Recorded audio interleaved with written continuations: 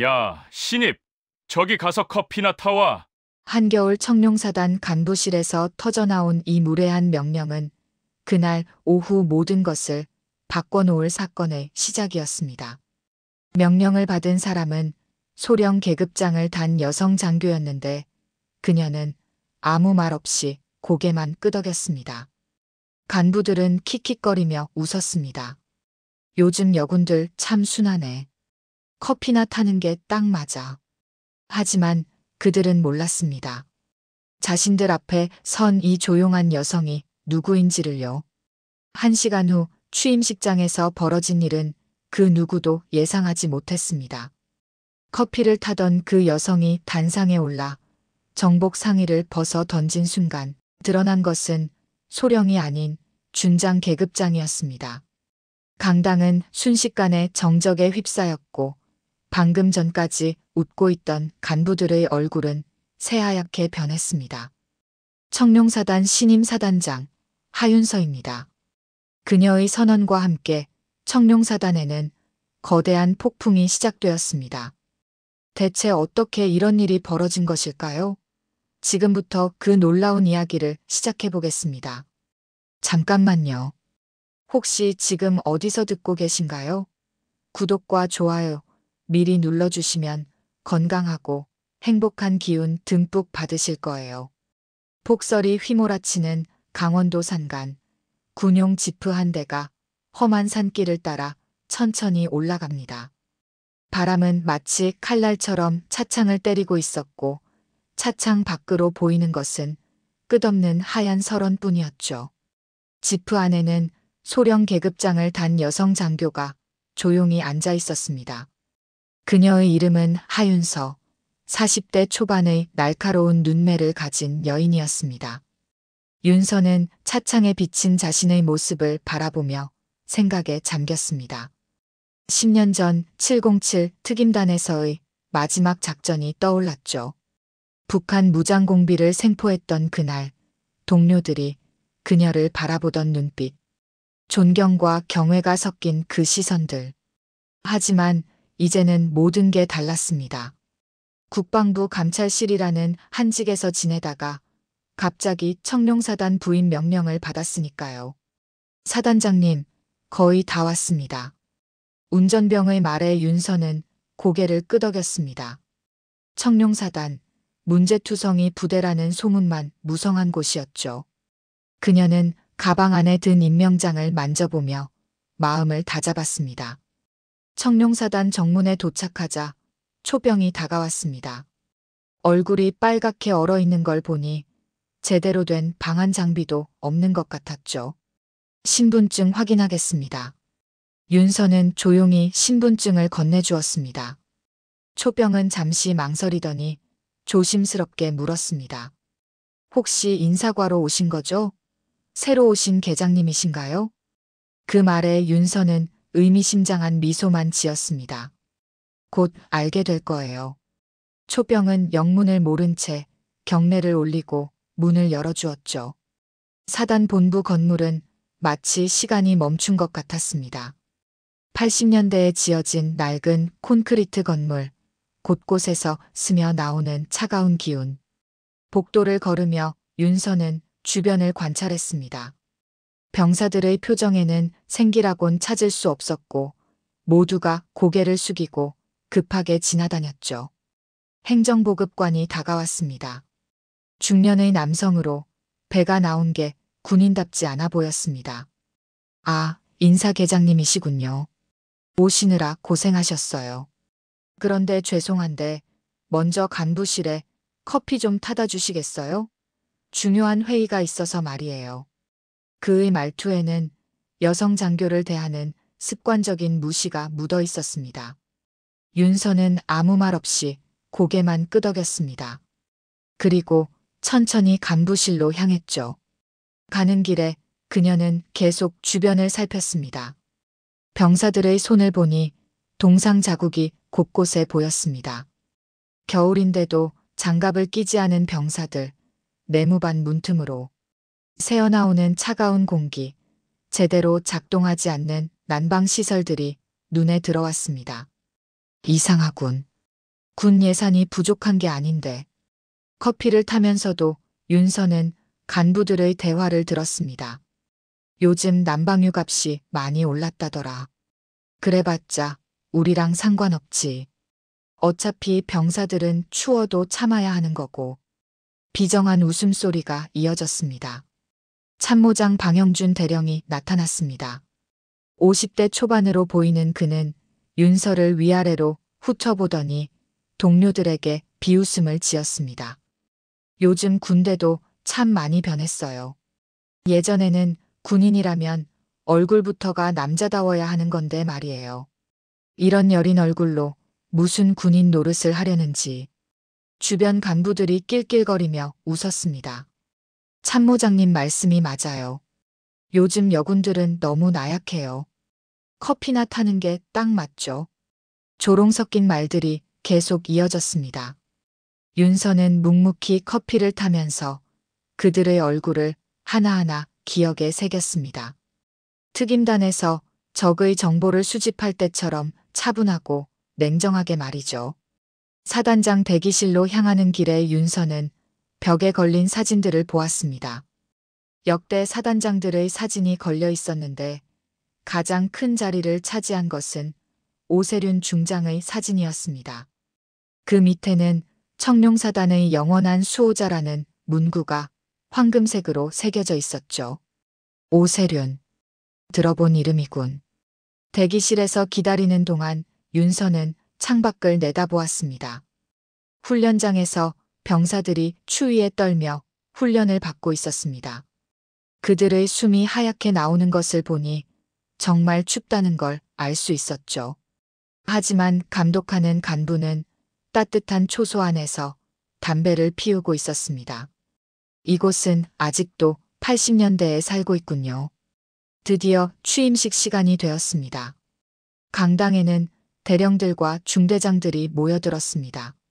그들은 입구에서 수군거리기 시작했죠. 그 여자 정말 뭘까? 인사개장이라던데? 아무래도 연줄로 온 것 같은데. 며칠 못 버틸걸요. 이 사단이 어디인데? 방영준 대령이 말했습니다. 자, 다들 조용히 해요. 새로운 인사계장님한테 인사나 받아야죠. 그의 목소리에는 조롱이 가득했습니다. 간부들이 하나둘 자리에 앉았습니다. 모두의 표정이 지루하고 무관심해 보였죠. 어차피 형식적인 인사나 듣고 끝날 거라고 생각하고 있었던 겁니다. 그때 윤서가 단상으로 올라갔습니다. 모든 이들이 지켜보는 가운데 그녀는 천천히 정복 상의에 손을 대었습니다. 그리고 한 번에 벗어던졌죠. 그 순간 드러난 것은 소령 계급장이 아니었습니다. 준장 계급장이 형광등 불빛에 반짝였습니다. 강당이 순식간에 정적에 휩싸였습니다. 누군가가 숨 쉬는 소리조차 들릴 정도였죠. 방영준 대령의 얼굴이 새하얗게 변했고 다른 간부들은 입을 벌린 채 멍하니 서 있었습니다. 아무도 이런 상황을 예상하지 못했던 거죠. 청룡사단 신임 사단장 하윤서입니다. 윤서의 목소리는 차분했지만 강당 구석구석까지 울려 퍼졌습니다. 그 순간 간부들의 얼굴에는 당황, 충격, 그리고 두려움이 스쳐갔죠. 앞으로 이 사단에서는 많은 것이 바뀔 겁니다. 윤서는 간부들을 하나하나 바라보며 말을 이어갔습니다. 병사들이 춥지 않게, 배고프지 않게, 그리고 무엇보다 인간답게 살 수 있도록 말입니다. 방영준이 동료에게 속삭였습니다. 이게 무슨 상황이야? 하지만 대답할 사람은 없었습니다. 모두가 충격에 빠져 있었으니까요. 제가 특임단 출신이라는 건 여러분도 알고 계실 겁니다. 그곳에서 배운 것 중 가장 중요한 게 뭔지 아십니까? 윤서의 눈빛이 날카로워졌습니다. 목표를 정하면 끝까지 달성한다는 겁니다. 간부들은 서로 눈치만 보고 있었습니다. 누구도 감히 새로운 사단장에게 다가가려 하지 않았죠. 분위기가 완전히 바뀌었다는 걸 모두가 느끼고 있었습니다. 궁금한 게 있으시면 언제든 사단장실로 오세요. 문은 항상 열려 있을 겁니다. 윤서는 미소를 지었지만 그 미소는 따뜻하면서도 경고의 의미를 담고 있었습니다. 취임식이 끝나고 간부들이 하나둘 떠나갔지만 그들의 표정은 여전히 굳어 있었습니다. 복도에서는 수군거리는 소리가 들렸죠. 이제 어떻게 되는 거야? 준장이라니. 완전히 예상 밖이었어. 윤서는 혼자 강당에 남아 창밖을 바라보았습니다. 눈이 계속 내리고 있었고 병사들은 여전히 추위에 떨고 있었습니다. 하지만 이제는 달라질 거라고 그녀는 마음속으로 다짐했습니다. 이튿날 새벽 5시 30분 윤서는 병사들의 식사 시간에 맞춰 급식소로 향했습니다. 특임단 시절 습관으로 새벽 운동을 마친 후였죠. 급식소에 들어서자 조리병들이 깜짝 놀라며 경례를 올렸습니다. 사단장님, 이렇게 일찍 어떻게? 평소처럼 하세요. 저는 그냥 지켜볼게요. 윤서는 조리병들을 안심시킨 후 병사들이 먹는 음식을 자세히 살펴보았습니다. 된장국은 너무 묽어서 건더기가 거의 보이지 않았고 밥은 이미 식어서 딱딱해 보였습니다. 반찬이라고는 김치와 시든 나물 몇 개가 전부였죠. 한 병사가 식판을 받아들고 한숨을 쉬는 소리가 들렸습니다. 또 이거구나. 동료 병사가 대답했습니다. 참아야지. 어쩔 수 없는 걸. 윤서는 조리병에게 다가갔습니다. 언제부터 이런 식으로 급식을 했나요? 보고합니다. 한 2달 전부터 식자재 공급이 줄어들어서 조리병의 목소리가 작아졌습니다. 구체적으로 뭐가 부족한가요? 고기류와 채소가 많이 부족합니다. 조미료도 모자라고요. 그럼 예산은? 예산은 정상적으로 나왔다고 들었는데. 윤서는 고개를 끄덕이며 급식소를 한 바퀴 둘러보았습니다. 냉장고는 거의 비어 있었고 창고에는 라면과 같은 저가 식품들만 쌓여 있었죠. 군수정부를 가져와 보세요. 윤서의 명령에 군수 참모 유인혁 중령이 당황한 표정으로 나타났습니다. 40대 초반의 그는 민간대학 ROTC 출신으로 보였습니다.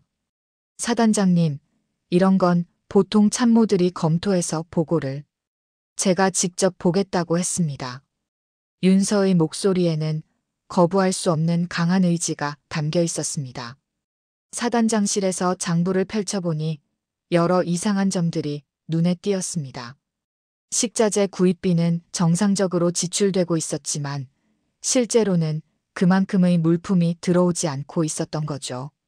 더 심각한 것은 난방유 사용량이었습니다. 지난 6개월 동안 급격히 줄어 있었는데 실제로는 가장 추운 겨울이었거든요. 이상하네요. 겨울인데 오히려 사용량이 줄었다고요? 윤서가 물었습니다. 유인혁은 땀을 흘리며 변명했습니다. 그게 올해는 날씨가 따뜻해서요. 그리고 절약 정책도 있고. 절약 정책이요? 병사들이 동상에 걸리는데도요? 유인혁의 얼굴이 창백해졌습니다. 동상이라니요? 아직 모르셨군요. 직접 한번 보시죠. 윤서는 유인혁을 데리고 내무반으로 향했습니다. 복도를 걸으며 그녀는 벽면을 만져보았죠. 차가운 콘크리트가 손바닥에 닿았습니다. 난방이 제대로 안 되고 있네요. 예산 절약 차원에서. 병사들 건강보다 예산이 우선인가요? 내무반에 들어서자 병사들이 놀라며 일어났습니다. 편히 있으세요. 윤서는 내무반 온도를 확인해 보았습니다. 영하에 가까운 온도였죠. 병사들은 이불을 여러 겹 덮고 있었지만 여전히 떨고 있었습니다. 바로 그때 복도에서 쩔뚝거리는 소리가 들려왔습니다. 정병수 병장이 동상에 감염된 발로 고통스럽게 걷고 있었던 겁니다. 윤서가 그를 불러 세웠습니다. 병장, 잠시만요. 정병수는 깜짝 놀라며 부동자세를 취했습니다. 20살 남짓해 보이는 그의 얼굴은 추위로 빨갛게 얼어 있었죠. 발이 어떻게 된 겁니까? 보고합니다. 동상입니다. 언제부터요? 한 달 정도 됐습니다. 치료는 받았나요? 정병수는 대답하지 못했습니다. 왜 대답 못하나요?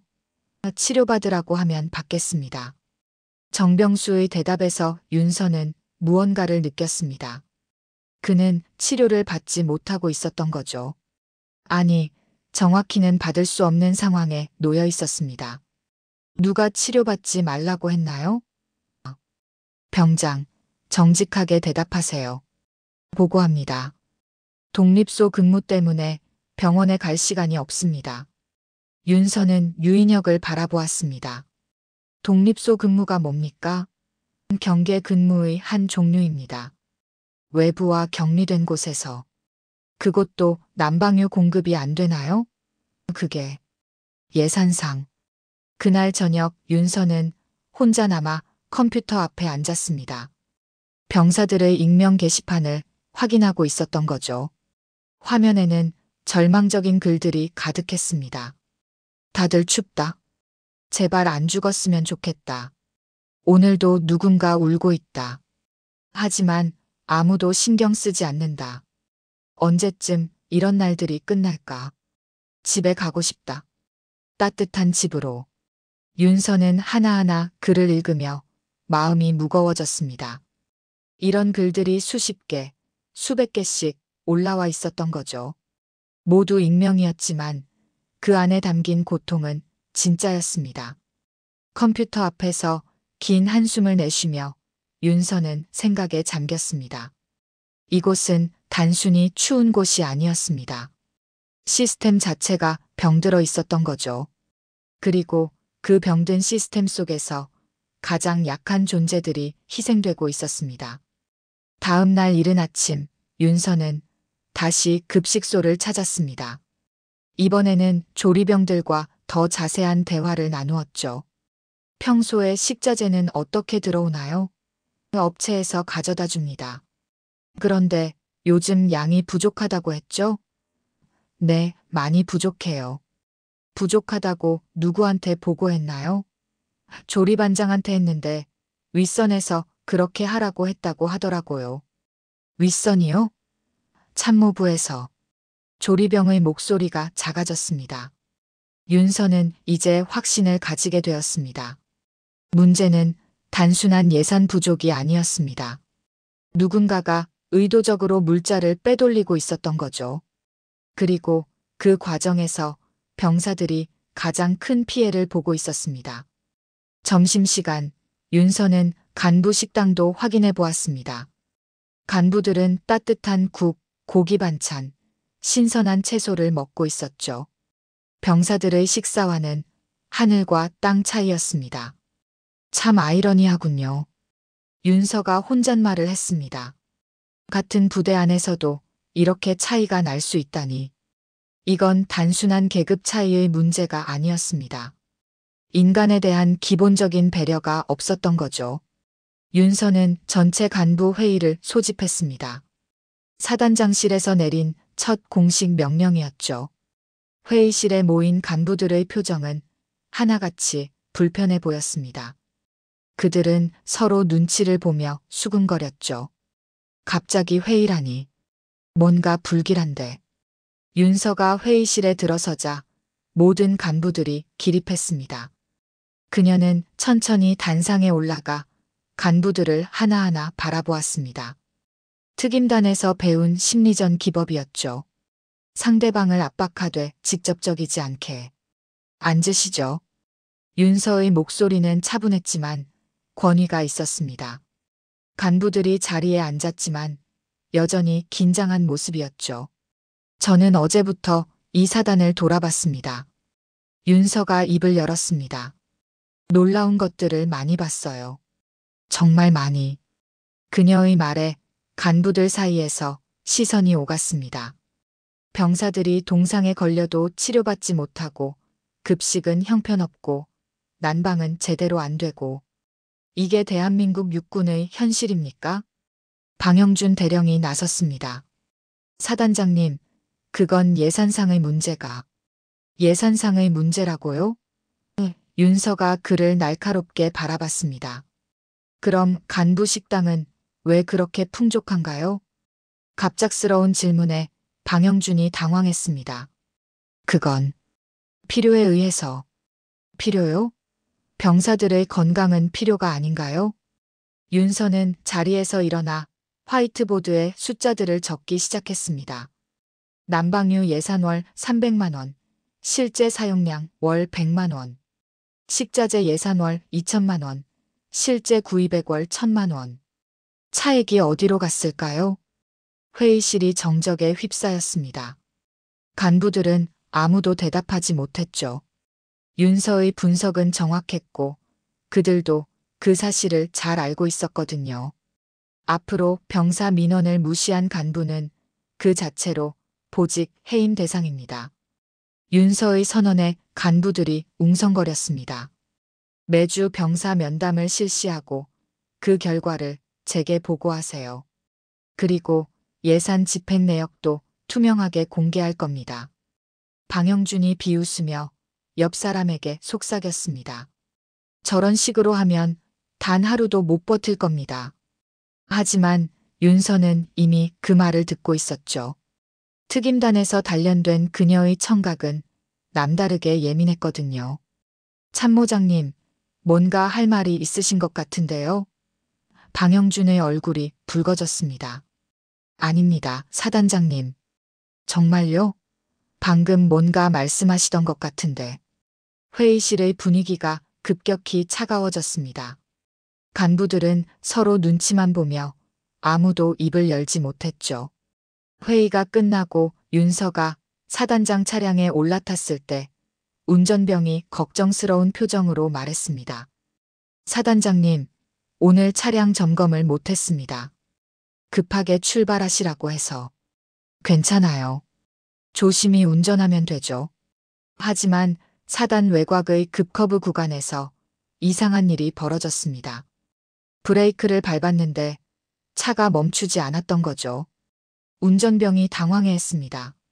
사단장님, 브레이크가 이상합니다. 천천히 하세요. 당황하지 말고. 윤서는 특임단에서의 경험을 떠올렸습니다.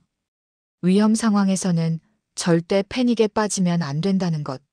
하지만 차량은 이미 통제를 벗어났습니다. 눈길에서 미끄러지기 시작한 거죠. 핸들을 왼쪽으로.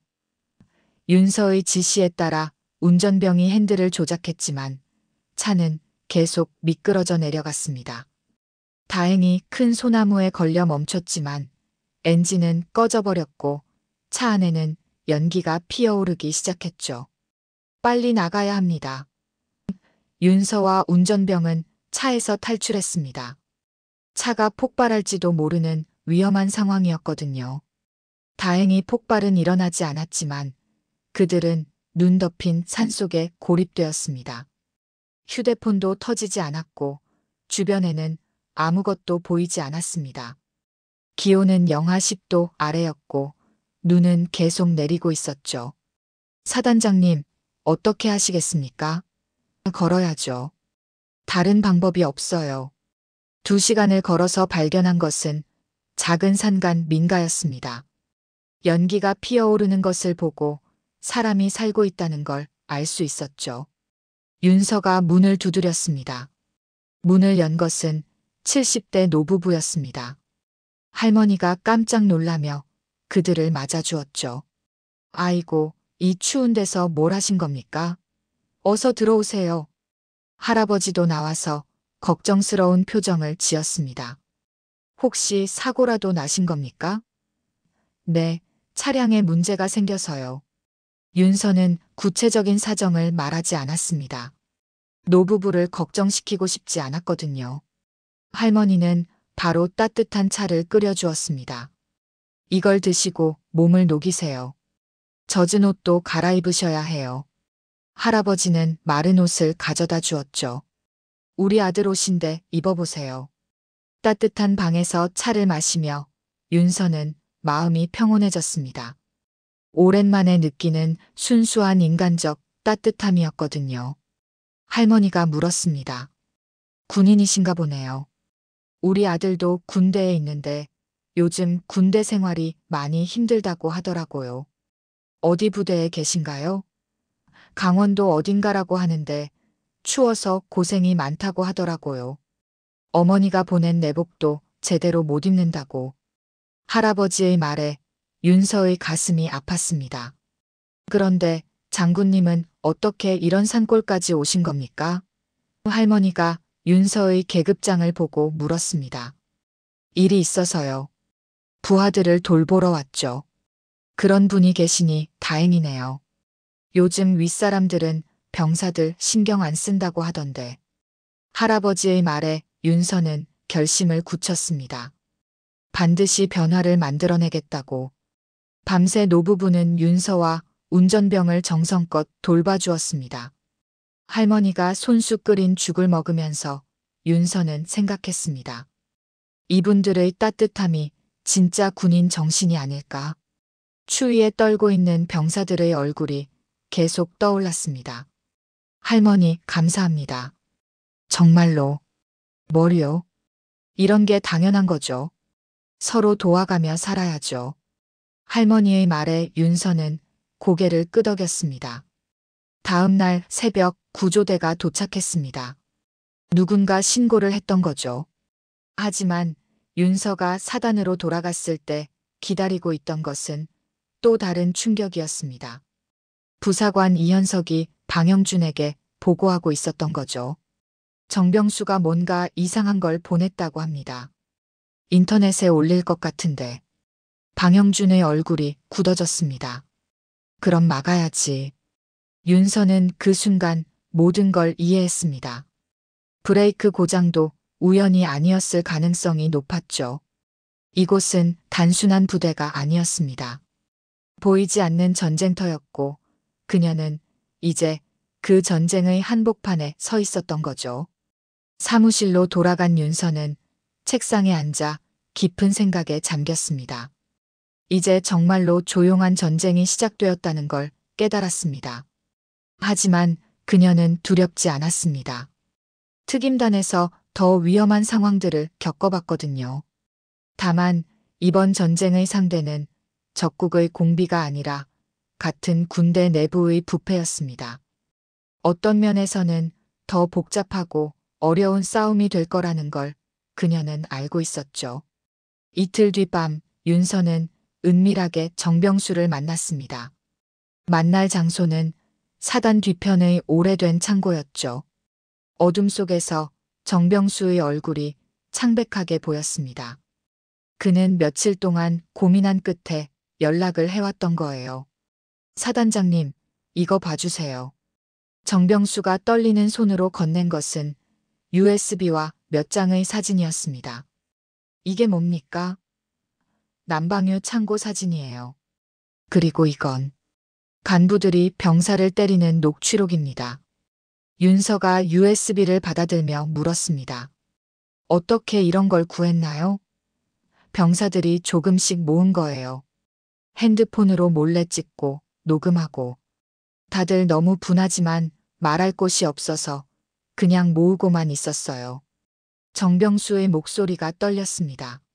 사단장님만이 희망이에요. 정말로. 이대로는 누군가 죽을지도 몰라요. 그의 눈에는 절망과 희망이 동시에 담겨 있었죠. 사단장실로 돌아온 윤서는 USB의 내용을 확인했습니다. 화면에 나타난 것은 충격적인 장면들이었어요. 독립소에서 간부들이 병사들을 구타하는 장면, 그리고 군납업체와 주고받은 뒷돈 정산서까지 있었습니다. 이 정도면 충분해.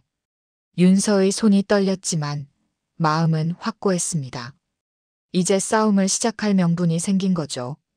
다음 날 아침 유인혁 중령이 조심스럽게 사단장실을 찾아왔습니다. 그는 문을 닫고 주변을 살핀 후 가방에서 서류 봉투를 꺼냈어요. 사단장님, 이거 봐주세요. 뭡니까? 비밀 계좌 내역서예요. 군납업체에서 매달 들어오는 돈이에요.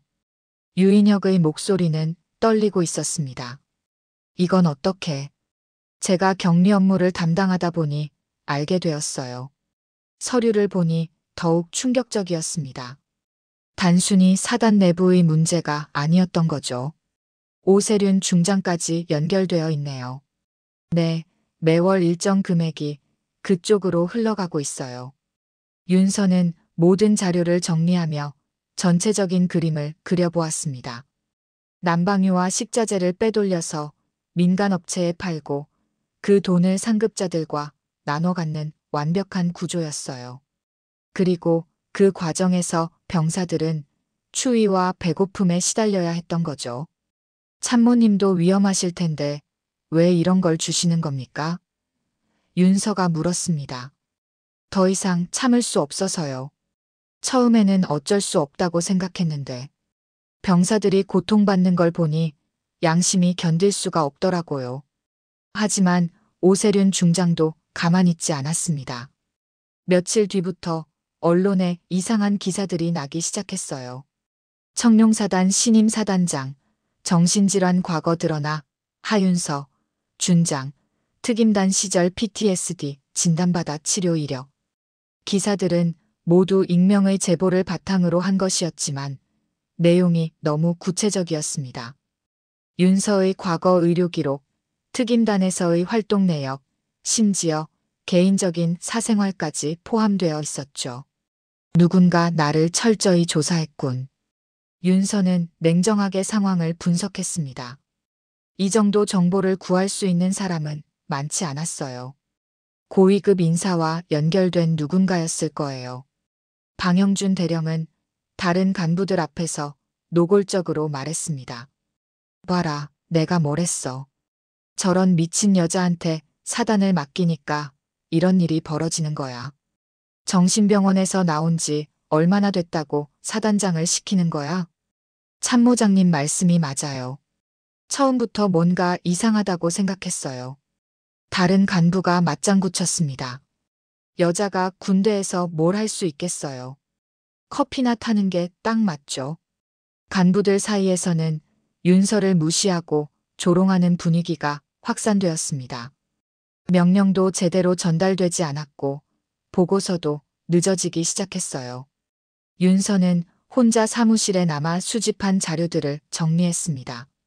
증거는 충분했지만 상대방의 반격도 만만치 않았어요. 언론 플레이부터 시작해서 내부 조직까지 흔들고 있었거든요. 책상 위 전화기가 울렸습니다. 발신자 번호는 표시되지 않았어요. 윤서가 전화를 받았습니다. 여보세요? 사단장님이시죠? 낯선 남성의 목소리였습니다. 네, 누구신가요? 신분은 밝힐 수 없지만 조심하세요. 당신을 제거하려는 계획이 있습니다. 누가요? 더 이상은 말할 수 없어요. 그냥 조심하시라고요. 전화가 끊어졌지만 윤서는 이미 각오하고 있었습니다. 특임단에서 수없이 경험했던 일이었거든요. 적이 반격을 시작했다는 건 자신들이 위험을 느끼고 있다는 뜻이었어요.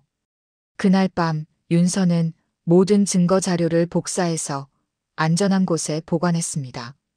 원본과 사본을 분리해서 보관하는 것은 특임단에서 배운 기본 원칙이었죠. 다음 날 아침 더 충격적인 소식이 전해졌습니다. 정병수가 상관 모독죄로 군사법원에 고발당했다는 것이었어요.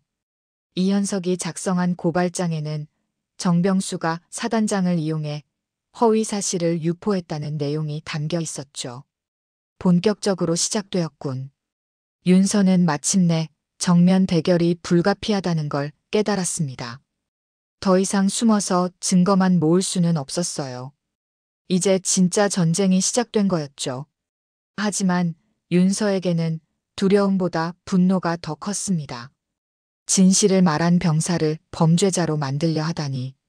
이건 단순한 부패 문제를 넘어서 인간의 기본적인 양심을 짓밟는 행위였어요. 이제 더 이상 물러설 곳이 없군. 윤서는 마지막 카드를 준비하기 시작했습니다. 며칠 뒤 병사들의 익명 고발 글이 대형 인터넷 커뮤니티에 올라왔습니다. 하지만 그 내용을 보고 윤서는 의심스러워했어요. 너무 구체적이고 내부 사정을 정확히 아는 사람이 쓴 것 같았거든요. 글 제목은 청룡사단의 진실 마이너스 병사들이 죽어나간다였습니다. 내용에는 윤서가 수집한 증거들과 비슷한 사실들이 나열되어 있었지만 미묘하게 과장된 부분들이 있었어요. 마치 누군가 의도적으로 신빙성을 떨어뜨리려는 것 같았죠. 누군가 내부에서 정보를 흘리고 있어 윤서는 확신했습니다. 그리고 그 목적은 사건을 왜곡시켜 자신의 신뢰성을 떨어뜨리는 것이었어요. 다음 날 오후 이현석 부사관이 윤서에게 다가왔습니다. 30대 후반으로 보이는 그는 평소보다 긴장한 표정이었어요. 사단장님, 급한 일이 생겼습니다. 무슨 일인가요? 정병수가 독립소에서 사고를 당했습니다. 급히 오셔야 할 것 같아요. 윤서의 가슴이 철렁했습니다. 정병수는 중요한 증인이었거든요. 어떤 사고요?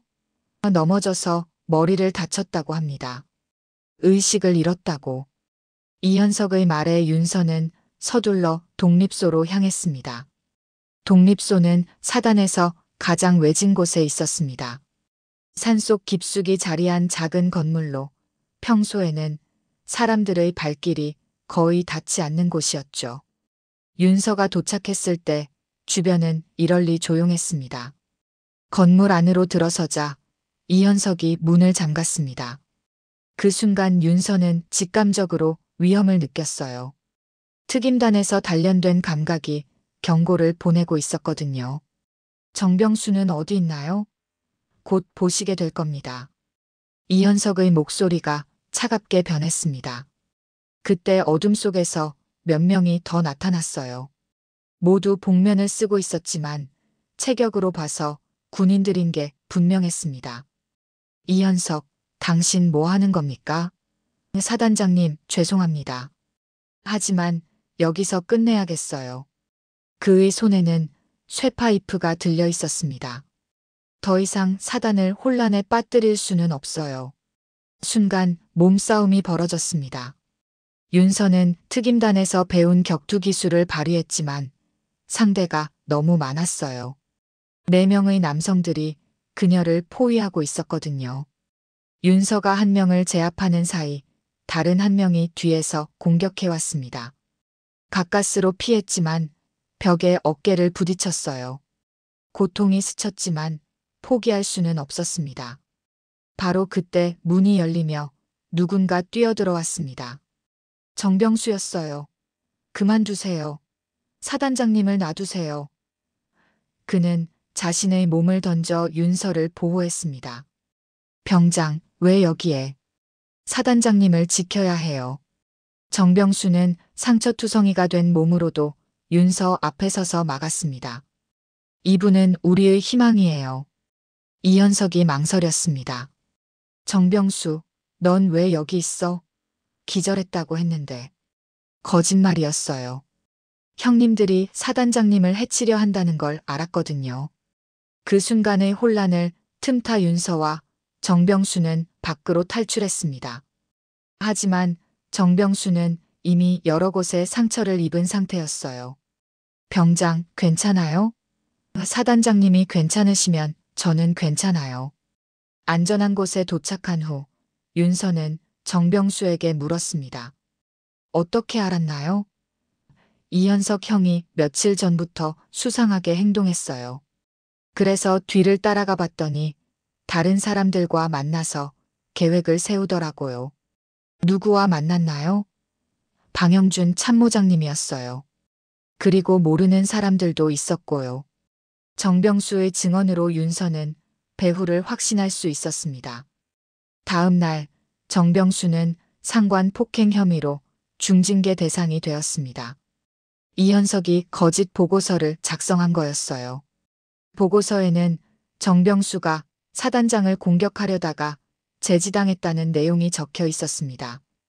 윤서는 분노했지만 직접적인 증거가 부족했어요. 현장에 있던 사람들은 모두 공모자들이었고 CCTV도 고장이라는 이유로 작동하지 않았거든요. 그때 뜻밖의 인물이 나타났습니다. 차유빈 기자였어요. 30대 후반의 여성으로 탐사보도로 유명한 기자였죠. 하윤서 사단장님이시죠? 잠깐 이야기할 수 있을까요? 언론과는 접촉할 수 없습니다. 윤서가 단호하게 말했습니다. 하지만 사단장님이 병사 하나를 위해 목숨까지 걸었다고 들었어요. 이런 이야기라면 국민들이 알아야 하지 않을까요? 차유빈은 처음엔 회의적이었습니다.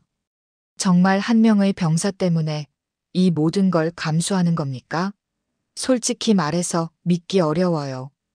요즘 같은 세상에 그런 사람이 있을까 싶어서. 한 명이 아닙니다. 윤서가 대답했습니다. 이 사단의 모든 병사들이 그런 상황에 있어요. 정병수는 그 중 하나일 뿐이고요. 그럼 증거가 있나요? 윤서는 정병수가 모은 자료들과 유인혁이 제공한 계좌 내역을 보여주었습니다. 차유빈의 표정이 점점 진지해졌어요. 이게 정말이라면 정말 대단한 일이 될 것 같은데요. 저는 그냥 제 임무를 하는 것뿐입니다. 임무라고요? 병사들을 지키는 것. 그게 사단장의 임무 아닌가요? 차유빈은 윤서의 진심을 느꼈습니다. 저도 도와드릴게요. 이런 이야기는 세상에 알려져야 해요. 그녀는 즉시 취재를 시작했어요.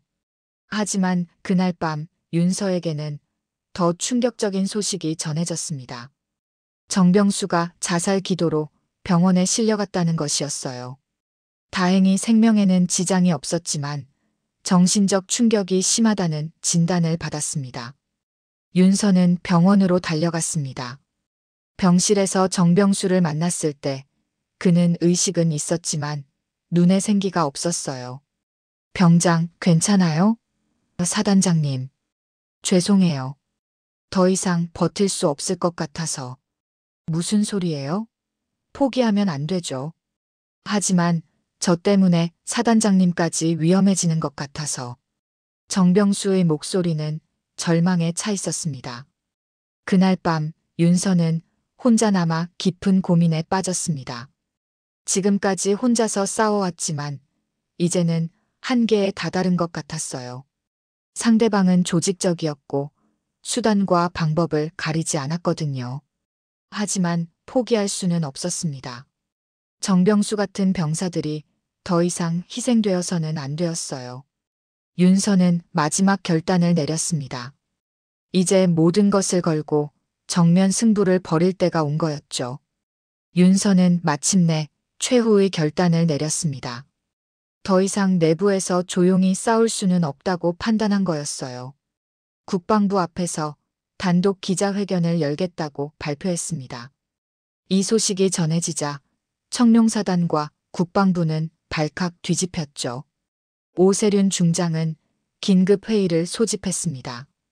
저 여자를 당장 막아야 해. 기자회견이 열리면 우리 모두 끝장이야. 방영준과 다른 공모자들도 패닉 상태였어요. 어떻게든 막아야 합니다. 물리적으로라도. 하지만 이미 늦었습니다. 차유빈 기자를 통해 언론에 예고된 상태였고 시민사회단체들도 관심을 보이기 시작했거든요. 자칫 강경 대응했다가는 더 큰 파문이 일어날 수 있었어요. 기자회견 당일 아침 국방부 앞 광장에는 수많은 기자들과 시민들이 모여들었습니다. 윤서는 정복을 단정히 차려입고 단상에 올라갔어요. 그녀의 표정은 평온했지만 눈빛만은 흔들림이 없었습니다. 안녕하십니까? 청룡사단장 하윤서입니다. 윤서의 첫 마디에 현장이 조용해졌습니다.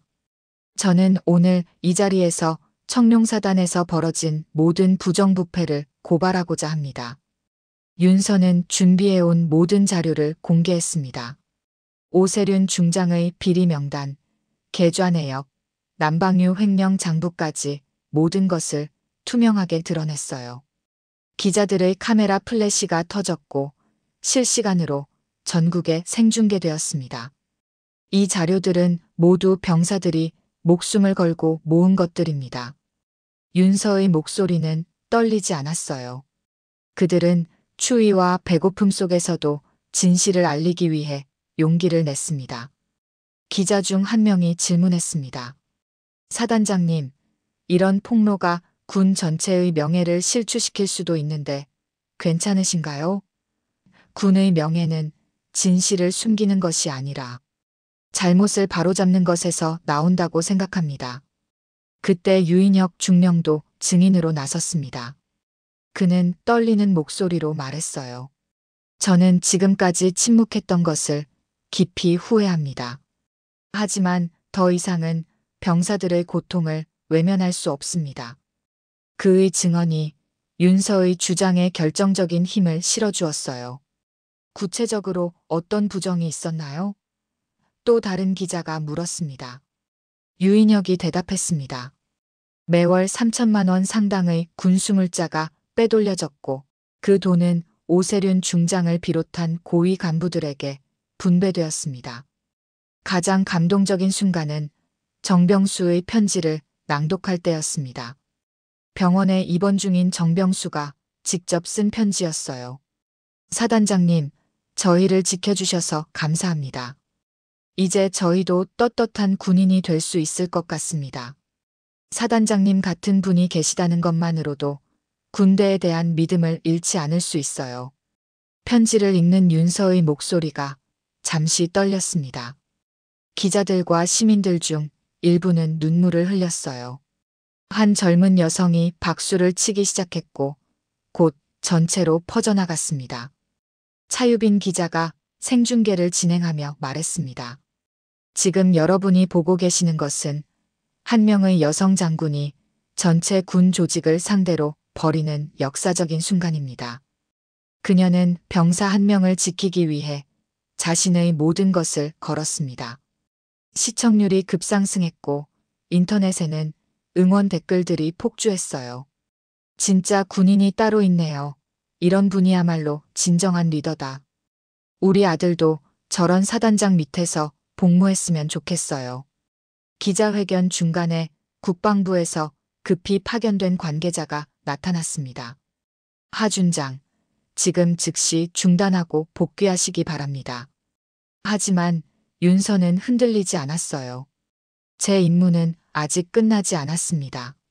이는 군기 위반 행위입니다. 병사를 보호하는 것이 군기 위반인가요? 윤서의 반박에 현장에 있던 시민들이 박수를 쳤습니다. 기자회견이 끝나자 윤서는 혼자 남았습니다. 이제 정말로 돌이킬 수 없는 강을 건넌 거였어요. 하지만 후회는 전혀 없었습니다. 마침내 진실을 세상에 알릴 수 있었으니까요. 그날 저녁 뉴스는 온통 윤서의 기자회견 소식으로 도배되었습니다. 전국의 시민들이 그녀의 이야기에 감동받았어요. SNS에는 해시태그 청룡사단, 해시태그 하윤서, 해시태그 진짜군인이 실시간 트렌드에 올랐습니다. 특히 군인 가족들의 반응이 뜨거웠어요. 우리 아들도 비슷한 상황에 있었는데 이제야 말할 용기가 생겼어요. 비슷한 경험을 한 사람들의 제보가 이어졌습니다. 오세륜 중장은 급하게 반박 기자회견을 열었습니다. 하윤서 중장의 주장은 근거 없는 모함입니다. 그녀는 정신적 문제로 치료받은 이력이 있으며 하지만 이미 여론은 윤서 편이었어요. 차유빈 기자의 마무리 멘트가 화제가 되었습니다. 그녀는 병사 한 명을 지키기 위해 군 전체를 상대로 싸웠습니다. 이것이 바로 진정한 군인 정신이 아닐까요? 그날 밤 청룡사단에서는 비상이 걸렸습니다. 간부들은 서로를 의심하며 책임 떠넘기기에 급급했어요. 하지만 이미 모든 증거가 공개된 상태였습니다. 더 이상 숨길 수도 부인할 수도 없었죠. 윤서는 그날 밤 혼자 한강을 걸었습니다. 마침내 해낸다는 안도감과 앞으로 닥칠 시련에 대한 걱정이 교차했어요. 하지만 후회는 없었습니다. 정병수와 같은 병사들을 위해 반드시 필요한 일이었거든요. 기자회견 이후 일주일 검찰과 국정감사위원회가 동시에 수사에 착수했습니다. 윤서가 공개한 자료들이 너무나 구체적이고 명확했기 때문에 더 이상 무시할 수 없었던 거죠.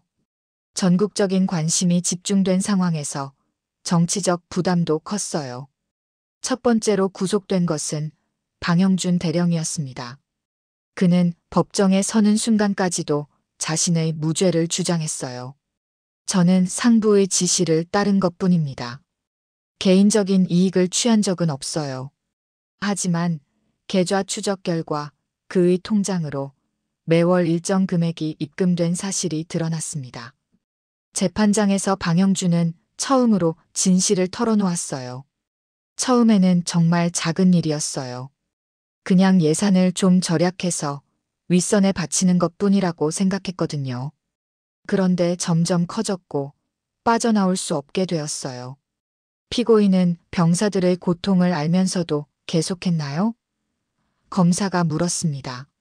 알았어요. 하지만 어쩔 수 없었어요. 거부하면 제가 망가질 테니까. 방영준의 대답에 방청석에서 한숨 소리가 들렸습니다. 오세륜 중장의 재판은 더욱 충격적이었어요. 그는 끝까지 자신의 관여를 부인했지만 결정적 증거가 나왔습니다. 유인혁이 몰래 녹음한 통화 내역이었어요. 이번 달에도 예정대로 처리해. 액수는 지난번과 동일하게. 오세륜의 목소리가 법정에 울려 퍼졌습니다. 이 녹음은 조작된 것입니다. 오세륜이 소리쳤지만 국과수 감정 결과 조작되지 않은 것으로 판명되었어요. 그의 얼굴이 창백해졌습니다. 이현석의 경우는 조금 달랐어요. 그는 재판에서 눈물을 흘리며 진심으로 참회했습니다. 정말 죄송합니다. 왜 그때 못 말렸을까요? 정말 후회됩니다. 그의 진심 어린 모습에 일부 사람들은 동정심을 보였어요. 피고인이 하윤서 사단장을 공격하려 한 이유는 무엇인가요? 상부에서 시키는 대로 했을 뿐입니다. 하지만 지금 생각해보니 정말 잘못된 일이었어요. 사단장님은 옳은 일을 하신 거였는데 재판이 진행되는 동안 윤서는 정기적으로 병원에 입원한 정병수를 찾아갔습니다. 그는 신체적으로는 회복되었지만 정신적 충격에서 완전히 벗어나지 못한 상태였어요. 병장, 어떤 기분이에요? 많이 후련해요, 사단장님. 이제야 정말로 끝났다는 생각이 들어요. 정병수의 얼굴에는 오랜만에 평온함이 보였습니다. 앞으로 뭘 하고 싶나요? 전역하고 나서 대학에 가려고 해요. 그리고 나중에 기회가 되면 사단장님 같은 일을 하고 싶어요. 어떤 일이요? 약한 사람들을 보호하는 일이요. 유인혁 중령은 전역을 결심했습니다. 그는 윤서에게 자신의 계획을 털어놓았어요. 저는 이제 민간에서 병사인권센터를 만들려고 합니다. 이런 일이 다시 일어나지 않도록요. 좋은 결정이에요. 많은 도움이 될 거예요. 윤서도 그의 새로운 출발을 진심으로 응원했습니다. 참모님 같은 분이 필요해요. 용기 있게 나서주셔서 고맙습니다. 아닙니다. 당연한 일을 했을 뿐이에요. 오히려 사단장님께 감사드려야죠. 저에게 용기를 주셨으니까요. 재판 결과가 나왔습니다. 방영준은 징역 3년, 오세륜은 징역 5년을 선고받았어요. 이현석은 징역 1년에 집행유예 2년을 받았지만 군에서는 제명되었습니다. 마침내 정의가 실현된 순간이었어요. 윤서는 재판이 끝난 후 기자들에게 마지막 인사를 했습니다. 이번 일이 군 전체의 변화로 이어지길 바랍니다. 더 이상 약한 존재들이 희생되는 일은 없어야 합니다. 앞으로 계획이 어떻게 되시나요? 한 기자가 물었어요. 제자리로 돌아가서 계속 제 임무를 다할 겁니다. 아직 할 일이 많거든요. 정병수는 완전히 회복되어 가족의 품으로 돌아갔습니다. 저녁식에서 윤서가 직접 그를 배웅했어요. 앞으로 좋은 일만 있을 거예요. 사단장님 덕분입니다. 정말로. 앞으로도 힘내세요. 당신은 정말 용감한 사람이에요. 윤서의 말에 정병수는 깊이 고개를 숙여 인사했습니다. 그날 밤 윤서는 혼자 사무실에 앉아 지난 모든 일들을 되돌아보았습니다. 힘들고 위험한 순간들이 많았지만 결국 해낸다는 보람이 컸어요. 정의가 승리했고 병사들이 보호받을 수 있게 되었으니까요. 창밖으로는 새벽이 밝아오고 있었습니다. 새로운 시작을 알리는 것처럼 말이에요. 윤서는 미소를 지으며 다음을 준비하기 시작했습니다. 아직 바꿔야 할 것들이 많았거든요. 재판이 끝나고 석 달 뒤 윤서는 국방부 감찰실로 복귀했습니다. 하지만 이번에는 이전과 달랐어요. 특별감찰관이라는 새로운 직책을 받았거든요. 전국의 모든 부대를 감시하고 감찰할 수 있는 강력한 권한이 주어진 거였습니다. 새로운 사무실은 국방부 본관 최상층에 있었어요. 창밖으로는 서울 시내가 한눈에 보였습니다. 윤서는 책상에 앉아 전국의 부대 현황을 살펴보고 있었죠. 여전히 해결해야 할 문제들이 산적해 있었어요. 차유빈 기자가 후속 인터뷰를 요청해 왔습니다. 몇 개월 만에 만난 그녀는 더욱 활기차 보였어요. 요즘 어떻게 지내세요? 바쁘게 지내고 있어요. 전국의 부대들을 돌아다니며 감찰하고 있거든요. 많이 달라진 게 있나요? 생각보다 많이 변했어요. 청룡사단 사건 이후로 다른 부대들도 스스로 점검하기 시작했거든요. 무엇보다 병사들이 자유롭게 신고할 수 있는 시스템이 만들어졌어요. 그래도 아직 갈 길이 멀죠? 네, 맞아요. 하지만 시작이 중요하잖아요. 첫걸음을 뗀 거예요. 후회하지 않으세요? 차유빈이 물었습니다. 전혀요. 오히려 이제야 제대로 된 일을 하고 있다는 생각이 들어요. 윤서의 표정은 평온했지만 의지는 여전히 강했습니다. 개인적으로는 어떠세요? 혼자 싸우는 게 외롭지 않나요? 외롭지 않아요. 저를 지지해주는 사람들이 많거든요. 그리고 무엇보다 제가 하는 일의 의미를 알고 있으니까요. 인터뷰 중에 윤서의 휴대폰이 울렸습니다. 문자 메시지였어요. 사단장님, 감사합니다. 정병수 올림. 간단한 메시지였지만 윤서의 얼굴에 미소가 번졌습니다. 누구예요? 예전에 제가 도왔던 병사예요. 지금은 대학에 다니고 있어요. 앞으로의 계획은 어떻게 되나요? 지금도 국방부를 감시하고 있고 앞으로도 계속 그럴 겁니다. 깃발은 살아있어야 하거든요. 그때 젊은 여군 장교들이 찾아왔습니다. 사관학교를 갓 졸업한 새내기들이었어요. 그들은 조금 긴장한 모습으로 윤서에게 다가왔죠. 보고 싶었습니다, 사단장님. 그들 중 한 명이 말했습니다. 24살 정도로 보이는 소위였어요. 저희는 사관학교에서 사단장님 이야기를 많이 들었어요. 어떤 이야기를요? 진짜 군인이 무엇인지 보여주신 분이라고 들었어요. 다른 소위가 대답했습니다. 저희도 사단장님 같은 군인이 되고 싶어요. 제대로 된 군대를 만드는 게 저희 꿈이에요. 병사들이 행복한 군대를 만들고 싶어요. 젊은 장교들의 눈에는 희망과 결의가 가득했습니다. 윤서는 그들을 바라보며 감동받았어요. 자신의 싸움이 헛되지 않았다는 확신이 들었거든요. 여러분이 바로 군의 미래입니다. 정의롭고 따뜻한 군대를 만들어주세요. 네, 꼭 그렇게 하겠습니다. 젊은 장교들이 힘찬 거수 경례를 올렸습니다. 그 모습을 보며 윤서는 마음이 뿌듯했어요. 그날 오후 윤서는 청룡사단을 다시 방문했습니다. 몇 개월 만에 찾은 사단은 완전히 달라져 있었어요.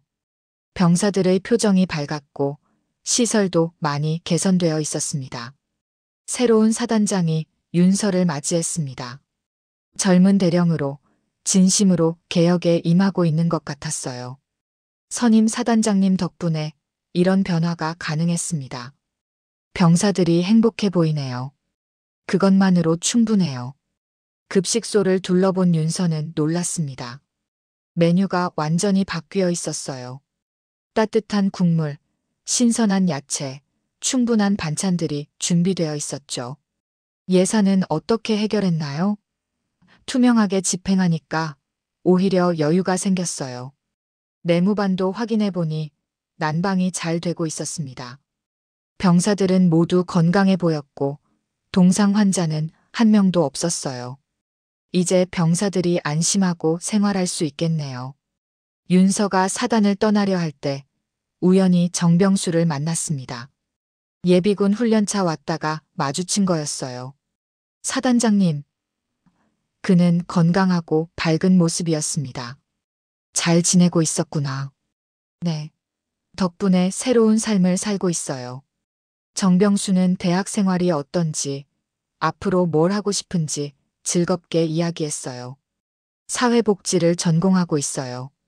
나중에 어려운 사람들을 도우고 싶거든요. 좋은 일이네. 앞으로도 계속 행복하게 살아요. 사단장님 덕분이에요. 정말 감사합니다. 정병수가 깊이 인사했습니다. 윤서가 차에 오르자 병사들이 모여들었습니다. 그들 중 대부분은 윤서를 직접 본 적이 없었지만 모두 그녀가 누구인지 알고 있었어요. 사단장님, 안녕히 가세요. 저희 잊지 마세요. 차창 밖으로 보이는 병사들의 환한 미소를 보며 윤서는 생각했습니다. 이제 진짜 군인다운 일을 했구나. 그녀의 눈에는 만족스러운 미소가 떠올랐어요. 몇 년이 흘러도 윤서의 이야기는 계속 회자되었습니다. 병사들 사이에서는 하준장 이야기가 전설처럼 내려왔고 새로운 여군 장교들에게는 롤모델이 되었어요. 군사학교 교재에도 그녀의 사례가 실렸습니다. 지금도 윤서는 어딘가에서 정의를 위해 싸우고 있습니다. 국방부 감찰실에서 또는 전국의 부대를 순회하며 병사들의 권익을 보호하고 있어요.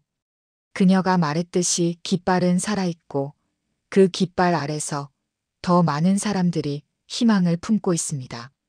차유빈 기자의 마지막 기사 제목은 이랬습니다. 하윤서, 살아있는 깃발이 된 여자. 그리고 마지막 문장은 이러했어요. 그녀는 증명했다.